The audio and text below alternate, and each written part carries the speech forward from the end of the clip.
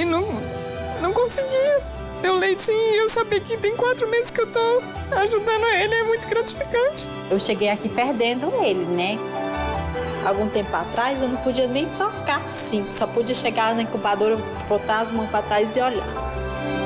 Eu nunca nem imaginei que eu poderia ajudar alguém. A Luana, para mim, ela é uma pessoa muito importante na vida do meu filho.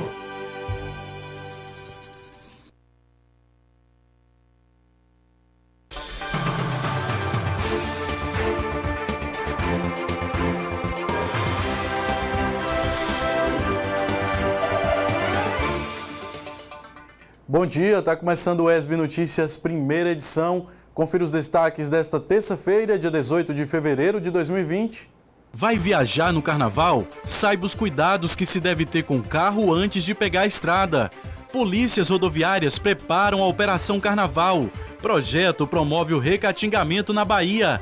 Essas e outras informações você acompanha a partir de agora no ESB Notícias, primeira edição.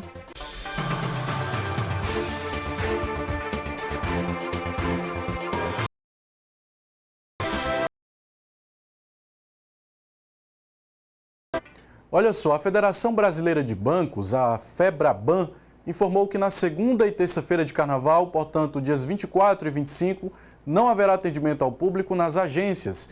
Na quarta-feira de cinzas, o dia 26 de fevereiro, o início do expediente será ao meio-dia no horário local, com encerramento em horário normal de fechamento das agências. Nas localidades em que as agências fecham normalmente antes das 15 horas, o início do atendimento ao público será antecipado, de modo a garantir um mínimo de 3 horas de funcionamento. Vai pegar a estrada neste carnaval? Então é importante você conferir algumas dicas sobre a revisão dos veículos antes de seguir viagem. Confira na reportagem a seguir. Troca do óleo, manutenção dos freios, verificação dos fluidos. A cena é bem típica das oficinas nessa época do ano. Às vésperas do carnaval, estes estabelecimentos observam um aumento, em média, de 40% na procura pela revisão do carro. Tão importante quanto definir o destino da viagem, reservar hotéis ou escolher direito o passeio é fazer a revisão do veículo antes de pegar a estrada. Mas você deve estar atento a uma questão muito importante na hora de fazer um check-up no seu carro. Essa revisão deve ser feita pelo menos com uma semana de antecedência para evitar desagradáveis surpresas. O principal erro dos proprietários de veículos é deixar tudo para a última hora. É o famoso brasileiro deixar tudo para resolver em cima. Isso não é legal, principalmente a manutenção do veículo. Por quê? Por mais que você tenha toda a atenção, todo aquele cuidado com o veículo, quando você faz uma revisão, o correto é pelo menos uma semana antes de você viajar. Porque aí você tem tempo para andar no carro, sentir, fazer alguns ajustes. Não quer dizer que o serviço vai ficar mal feito. Você pode fazer, não tem problema nenhum, mas por precaução, porque peças mecânicas quebram. Mesmo sendo nova, pode dar algum problema. Você pode fazer um alinhamento, fica puxando um pouco, fica um pouco fora. Então, o recomendado é fazer pelo menos 7 dias antes da viagem. Verdade que os mecânicos trabalham mais às vésperas do carnaval, porque nessa hora, muita gente quer ir viajar e deixar a mecânica do carro em dia. E é preciso estar sempre atento aos principais itens de uma revisão básica. Você tem que estar muito atento nos níveis dos fluidos. Óleo de motor, fluido de freio, principalmente fluido de freio. Muita gente erra muito, vai lá, olha o nível, confere o nível de óleo de freio, está baixo, vai lá e completa. Não pode fazer isso. Se o fluido de freio está baixo, significa que tem algo a fazer no sistema de freio. Pode ter um jogo de pastilha gasta, um jogo de sapata. Então, por isso que é muito bom você ir numa oficina especializada, que lá eles têm o treinamento, têm o conhecimento para fazer o famoso checklist. Porque eles vão verificar fluidos, vai verificar pastilhas, vai verificar suspensão. São itens de segurança. Freio, suspensão e motor. Isso é fundamental. Apesar de a procura ser maior nessa época, a manutenção não deve ser feita só no período de férias ou viagens recreativas, mas deve ser sempre preventiva. A manutenção preventiva, ela deveria, como se diz, ser adequada por todos, porque é comprovado. A manutenção preventiva ela é 60% mais barata do que a corretiva. Então, tipo assim, você não estraga a sua viagem, você não gasta tanto do que quando você faz uma revisão preventiva. Não pode esperar o carro quebrar. Se você vai viajar ou não, você tem que levar o carro para olhar, porque o carro as peças têm uma vida útil. Nada ali vai durar para sempre. Você tem que estar verificando porque a gente está pondo na questão só de gasto de dinheiro financeiro. Mas a gente tem que levar em consideração a nossa segurança também, e não só a nossa, dos outros condutores, de outros carros. No Brasil, o índice de acidentes por falta de manutenção é muito alto ainda, isso é muito grave, porque falta conscientização do brasileiro. Boas dicas, importante aí para a sua segurança, para a prevenção de acidentes. E vamos continuar falando do Carnaval? Com a proximidade do Carnaval, começam também as operações para reduzir os acidentes de trânsito nas estradas. As polícias rodoviárias iniciam sexta-feira, dia 21, a Operação Carnaval 2020.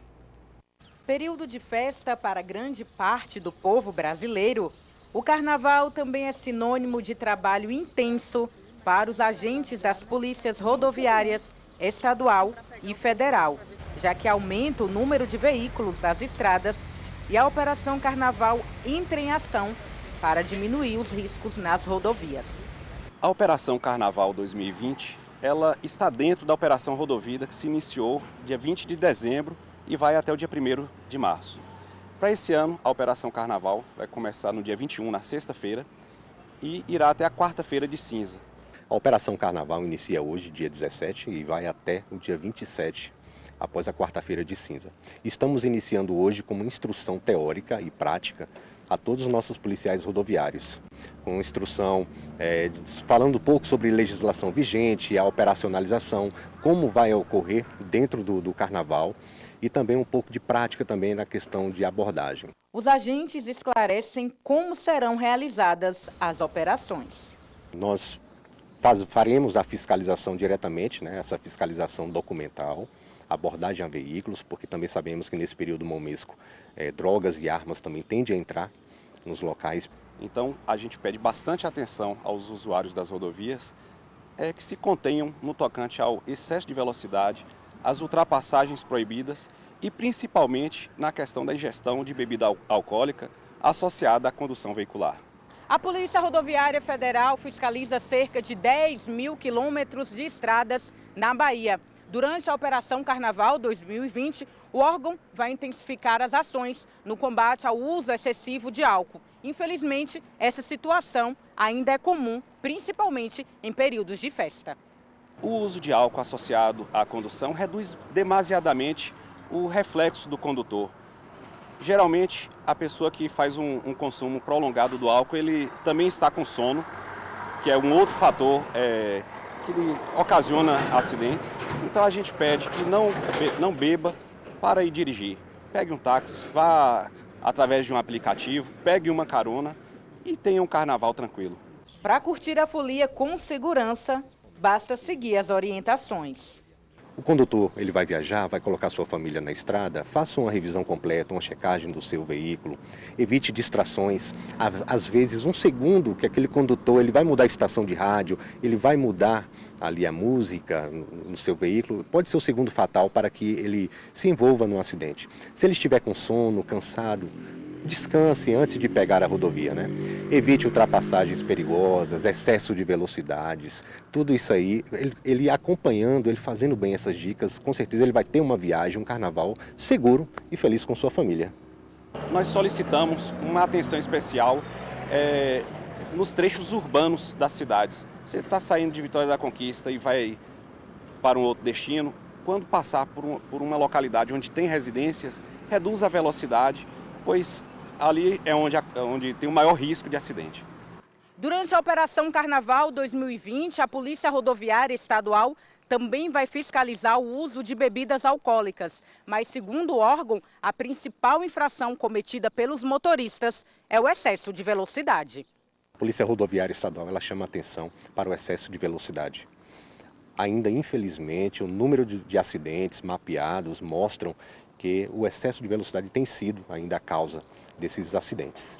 Além do policiamento ostensivo, o trabalho educativo continua sendo a principal estratégia dos órgãos para diminuir as ocorrências nas rodovias. A própria entrevista que você está fazendo, já de certa forma, tem um caráter educativo e todas as abordagens que a Polícia Rodoviária Federal faz, mesmo que seja com aquele condutor que cometeu uma infração, tem o caráter educativo. E a gente faz sim o cinema rodoviário no intuito de mostrar ao motorista os cuidados que ele deve ter no trânsito. Então, a gente sempre está atualizado para levar ao condutor, levar à rodovia essa importância de conduzir bem nas operações, nas fiscalizações, e que o condutor ele tenha mais essa prevenção para se evitar o acidente. Só uma correção, a operação vai começar no dia 21 nas rodovias federais, mas nas rodovias estaduais a operação já começou desde o dia 17. Agora há pouco choveu aqui na região da Universidade Estadual do Sudoeste da Bahia. Vamos conferir no mapa como fica o tempo e a temperatura para Conquista e outras cidades da região.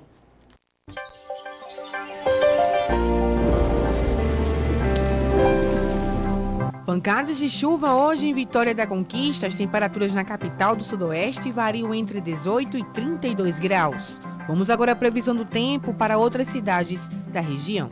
Pode chover hoje em Itambé. As temperaturas na cidade variam entre 21 e 27 graus. Possibilidade de chuva a qualquer momento hoje em Maiquinique. A cidade registra a temperatura mínima de 21 e a máxima pode chegar aos 33 graus. Pancadas de chuva à tarde e também à noite. E hoje em Aracatu, a mínima na cidade será de 20 e a máxima de 33 graus. Relógio na tela da sua TV UESB, agora 11 horas e 56 minutos. No próximo bloco tem entrevista aqui no UESB Notícias, primeira edição. Fique com a gente.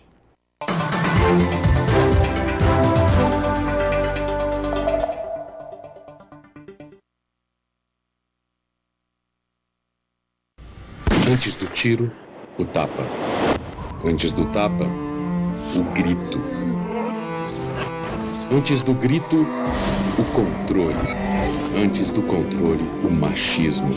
Antes do machismo, a masculinidade tóxica. Seja homem!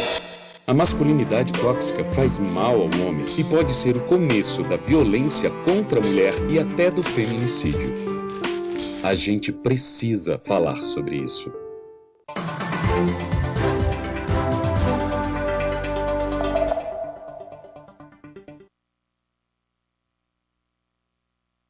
Estamos de volta com o UESB Notícias, primeira edição, e agora é hora da nossa entrevista no quadro A UESB na TV.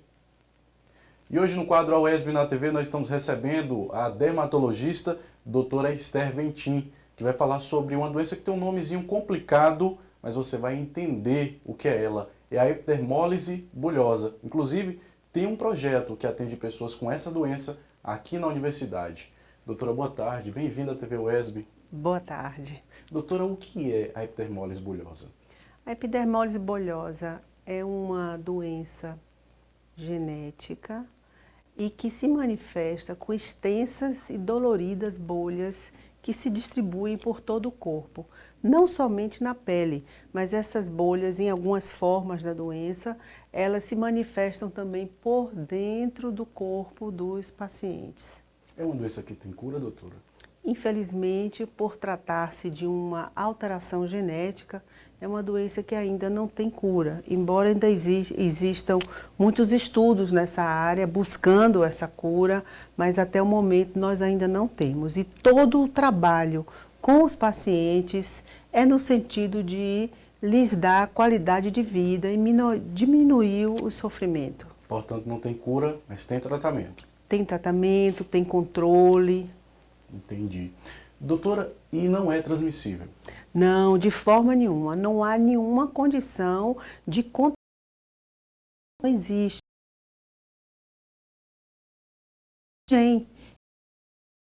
Através das gerações. Então, não passa de pessoa para pessoa, passa dentro de uma família por transmissão genética. Entendi. E olha só, aqui na UESB, como eu falei, existe um projeto que atua, que trabalha com pessoas que têm a epidermólise bulhosa. E a doutora Esther, ela também está à frente. Doutora, como é que é esse trabalho feito lá? Então, nós coordenamos aqui um projeto de acolhimento, atendimento, orientação e cuidados com esses pacientes e seus familiares. Porque você imagine o sofrimento que não se restringe apenas ao paciente. Os seus familiares, seus amigos também sofrem muito com o convívio com aquela realidade tão dolorida. Então, nós temos aqui na universidade um grupo de pesquisa e de acolhimento a esses pacientes. É um grupo multidisciplinar, onde além da dermatologista, que sou eu, nós temos geneticista, nós temos pediatra, otorrino, oftalmologista, o grupo da UFBA, que é parceiro nosso, no atendimento à parte nutricional. Então, nós temos também atendimento de psicólogos. E é de graça. Foi uma vitória nós conseguirmos esse núcleo de atendimento, porquanto que a epidermólise bolhosa é uma condição que demanda um atendimento multidisciplinar.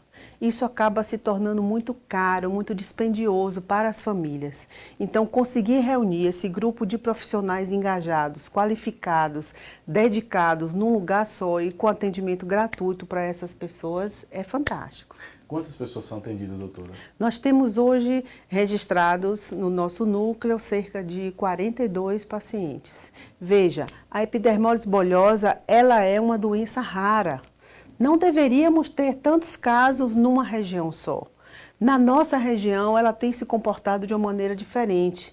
E foi isso que chamou a atenção para esse estudo, para criarmos esse grupo de estudo, de trabalho, porque os números aqui são bem díspares. E assim, já tem uma razão, doutor, uma perspectiva diante das pesquisas realizadas do porquê desse aumento de casos? O que temos observado até agora, e aqui vale ressaltar o trabalho muito bem feito da professora Sandra, geneticista, é que nós temos identificado uma consanguinidade. Embora interessante, tem pais de crianças que não sabiam que tinham algum parentesco. Eles foram descobrir esse parentesco a partir dessa pesquisa. Né? Então, são pessoas de cidades diferentes, mas que se encontraram e lá na pesquisa descobriram que têm um parente comum. Entendi. E como é feito o tratamento lá, doutora?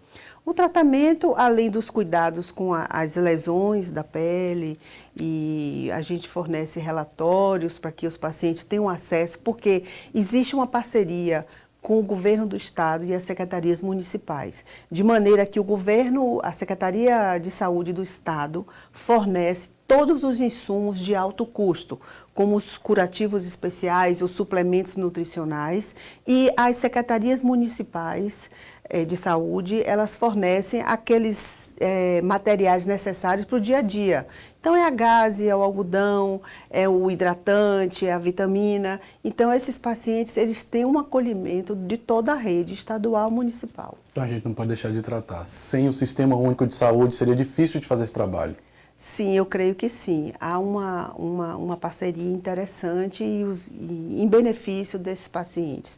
Existe uma portaria do Ministério da Saúde para doenças raras e que beneficia também esses pacientes. Então, já existe, assim, eu penso, uma rede de proteção para esses pacientes. Quais os resultados aí que a senhora já vem observando, que vem colhendo lá?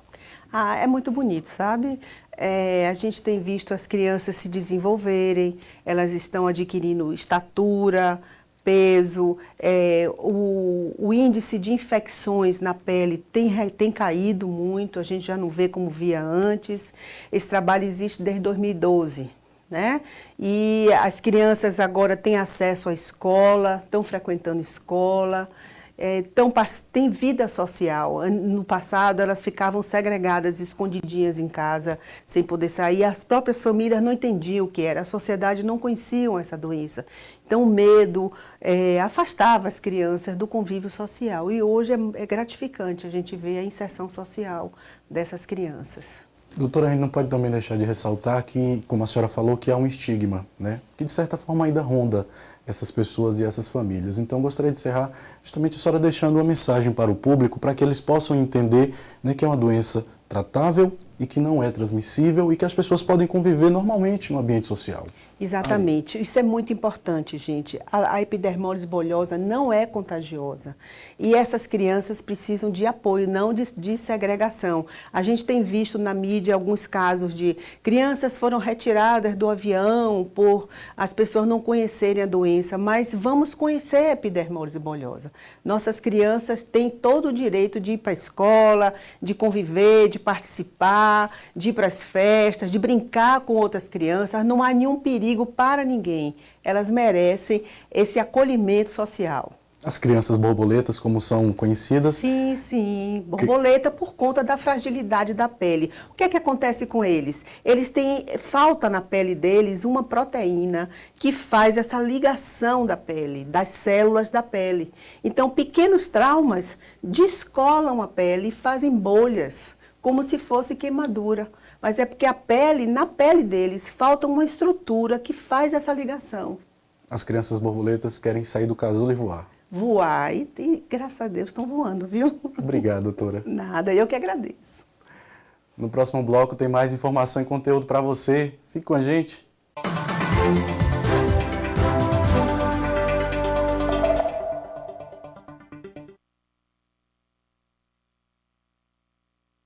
Ela se expõe demais.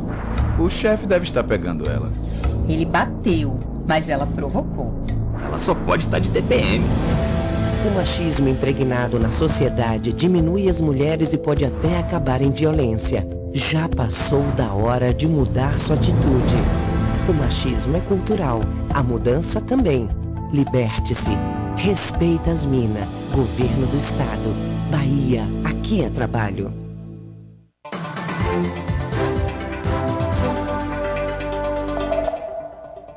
Estamos de volta ao vivo, direto dos estúdios do Sistema UESB de Rádio e TV Educativas, com UESB Notícias, primeira edição.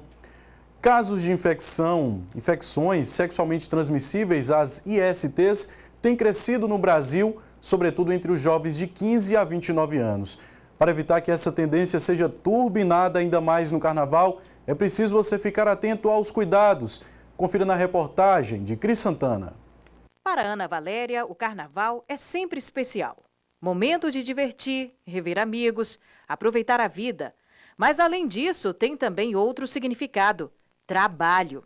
É que esta bela jovem estudante de cinema da UESB é fotógrafa e, nessa época, encontra muitas oportunidades na profissão. Então, a gente aproveita a festa assim do outro lado, né, na parte da produção, mas também não deixa de curtir, né? Onde tem os amigos da gente, onde tem a família ali próxima também, a gente acaba curtindo. Mas nem por isso deixa de aproveitar a festa. Além da diversão, ela não se esquece de um detalhe importante: a prevenção das infecções sexualmente transmissíveis. Eu acho que é um tema que a gente tem que estar falando bastante, frisando bastante, porque hoje em dia o pessoal se preocupa mais com a gravidez do que com as doenças propriamente ditas, né? Fala assim, vou tomar uma pílula do dia seguinte e resolve.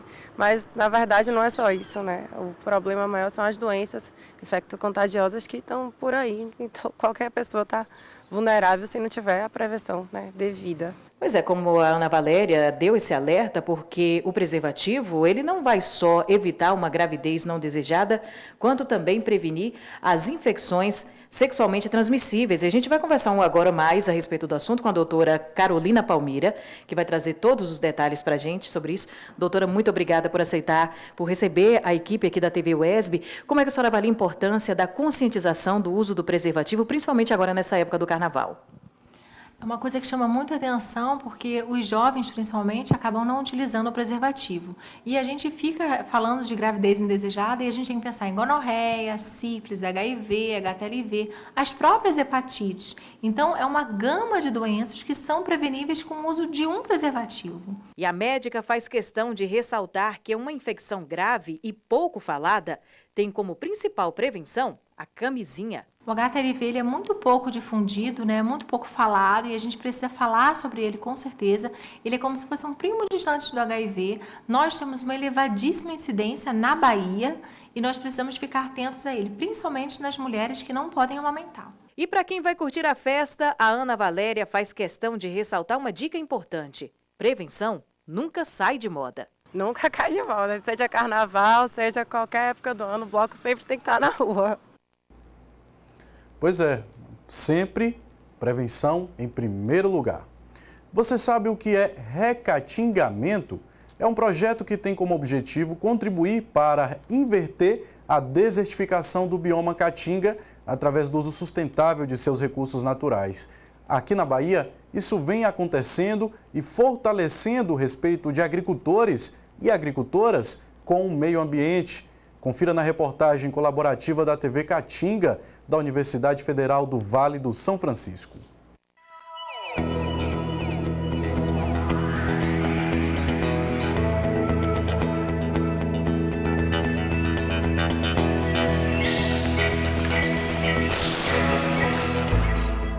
Ações diversas, a exemplo do desmatamento, fazem a terra ficar assim, com pouca capacidade produtiva. Mas qualquer pessoa pode atuar na redução desse problema ambiental. Em algumas comunidades rurais do território do Sertão do São Francisco, agricultores e agricultoras isolam uma área e fazem o replantio de espécies da caatinga. O recatingamento é assunto do meio ambiente de hoje. Acompanhe. De acordo com a delimitação atualizada em 2017 pela Superintendência do Desenvolvimento do Nordeste, a SUDENE, o semiárido brasileiro tem 1.272 municípios, com mais de 1.100.000 quilômetros quadrados de extensão. A área é maior que a região sudeste do Brasil. Essa dimensão territorial guarda as riquezas do semiárido, presentes na fauna, flora e nos costumes dos povos. Mas, de acordo com a articulação do semiárido brasileiro, a ASA, cerca de 45% dessa área sofre pela degradação ambiental, um processo que altera as condições do solo e diminui a capacidade de produção. Ainda segundo a ASA, o bioma caatinga é o terceiro mais degradado do país, depois da Mata Atlântica e do Cerrado. Esse São Francisco, algumas plantas que não brotavam mais no solo. Além disso, promove também cursos de educação ambiental. Essa proposta nasceu do diálogo do IRPA com as comunidades que o IRPA acompanha, no sentido de que, principalmente as mulheres que fazem o extrativismo, elas percebem que na caatinga já não tem mais plantas como o umbuzeiro, a maracujá, que nasce espontaneamente. Então a preocupação delas em, na próxima geração, a não ter mais extrativismo. O projeto Recatingamento é realizado pelo Instituto Regional da Pequena Agropecuária Apropriada, o IRPA, em parceria com 11 comunidades rurais de 10 municípios baianos. As comunidades são de fundo de pasto, onde os moradores têm a posse e fazem o uso coletivo da terra. O recatingamento ele parte de uma experiência que envolve a comunidade e a educação ambiental. É uma experiência que tem como foco a conservação da caatinga, né, e o debate sobre como a gente vivencia o bioma caatinga hoje na comunidade. O importante é não confundir com reflorestamento. Nós temos aqui também no território a ideia de reflorestamento na margem do Rio São Francisco, mas isso é com eucalipto, com pinho, com nim.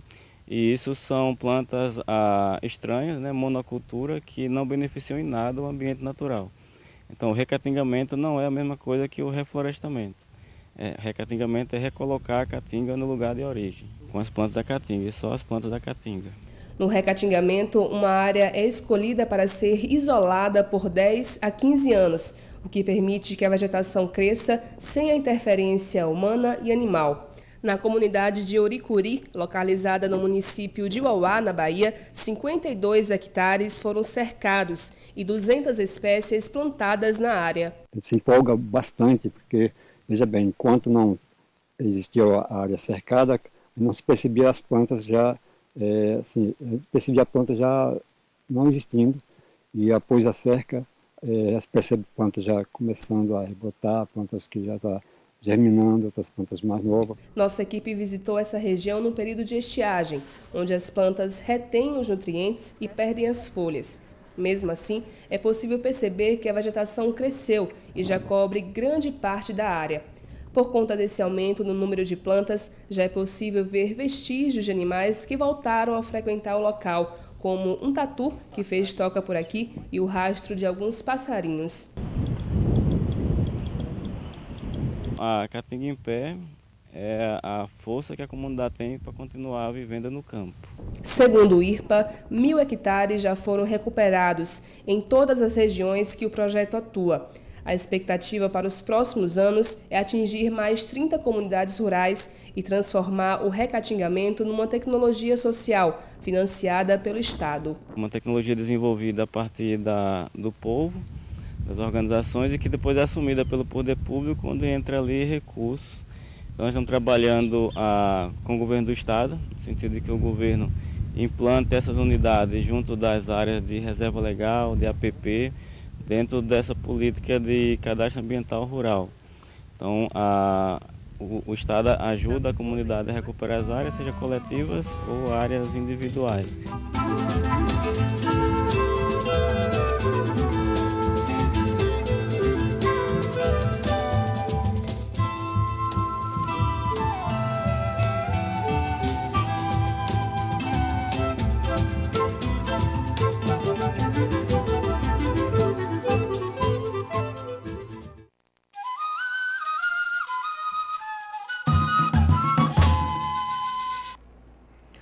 Legal a iniciativa, né?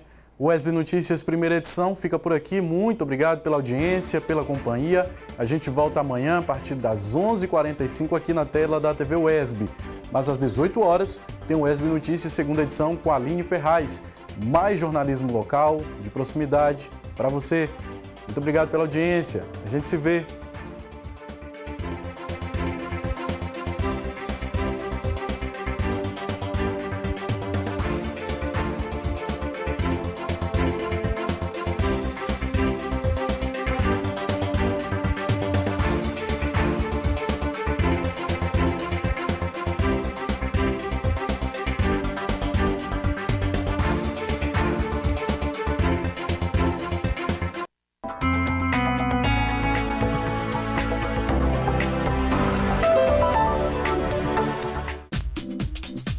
Futurando, um programa que leva você ao mundo da ciência, educação, meio ambiente e tecnologia.